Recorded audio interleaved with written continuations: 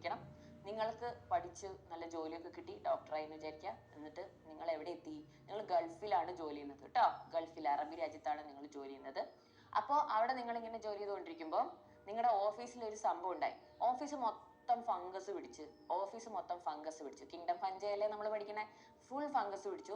അപ്പൊ പറഞ്ഞു fine അടച്ചിട്ടുണ്ടെങ്കിൽ office നിങ്ങൾക്ക് ഒരു സർപ്രൈസ് ഗിഫ്റ്റ് തരും എന്ന് പറഞ്ഞു. ഫൈൻ അടയ്ക്കുന്ന എല്ലാവർക്കും സർപ്രൈസ് ഗിഫ്റ്റ് ഉണ്ട്. കാരണം ഓഫീസ് വൃത്തികേടാക്കിയത് നിങ്ങളുടെ കുറ്റമാണെന്നാണ് ഇവർ പറയുന്നത്. ഓക്കെ ഫൈൻ, നിങ്ങൾ വെച്ച് ഗിഫ്റ്റ് ഒക്കെ കിട്ടുമല്ലോ, അതുകൊണ്ട് ഫൈൻ അടച്ചേക്കാം. ഓക്കെ, സോ ഫൈൻ ഫൈക്കോമൈസിറ്റിസ് അല്ലെ. ഫൈൻ ഫൈക്കോമൈസിറ്റിസ്, അതിന്റെ എക്സാമ്പിൾസ് ആണ് നമ്മൾ പറയുന്നത്. ഫൈൻ എവിടെ പോയി അടയ്ക്കണം എന്ന് നിങ്ങൾ ചോദിക്കും. അപ്പൊ അവര് പറയും അറബിയിലല്ലേ പറയുള്ളൂ, അൽ മുറിയിൽ പോയിട്ട്. എവിടെ?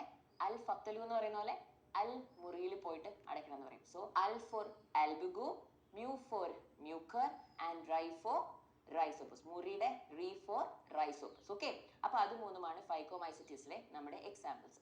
അപ്പൊ നിങ്ങൾ ഈ അൽ മുറിയിലേക്ക് ഫീസ് അടയ്ക്കാൻ വേണ്ടി ചെല്ലുമ്പോൾ അതാ നിങ്ങളുടെ കൂടെ പണ്ട്